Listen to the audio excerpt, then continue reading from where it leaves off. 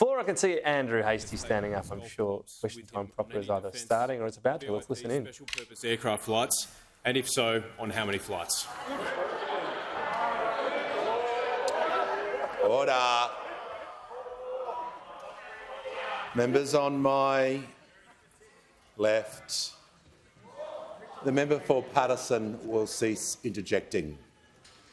Give the call to the Deputy Prime Minister and the Minister for Defence. Well, thank you, Mr Speaker, and can I thank the member for his question. Let me be very clear. Every place I have been, everything I have done has been in pursuit of my duties as the Deputy Prime Minister and the Minister for Defence on behalf of this country, and I stand absolutely by every flight I have ever taken on the special purpose aircraft, or for that matter, any flight that I have taken commercially.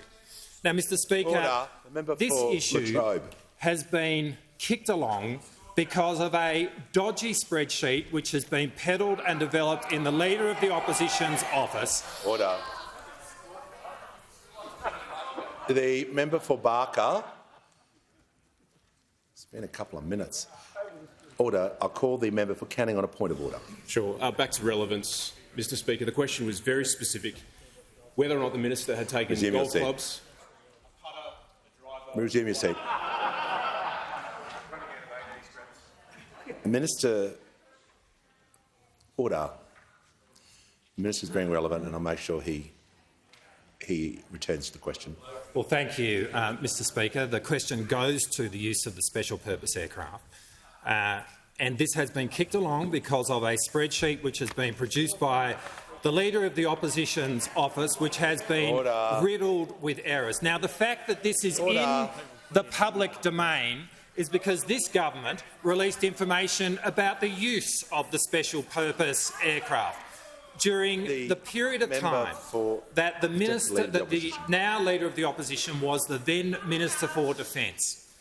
Absolutely no information was released about the use of the special purpose aircraft during the time that he was the Minister for Defence, not one piece of information at all. Now, it begs the question, Mr Speaker, as to what the Leader of the Opposition has to hide, but we have something of an inkling in relation to that by virtue of his behaviour since he's been the Leader of the Opposition, because as the now Minister for Defence, my office has logged numerous requests from the Leader of the Opposition about him going on special purpose aircraft, including in the last 6 weeks 2 times at least in writing to go to a game of the Maltildas. Order.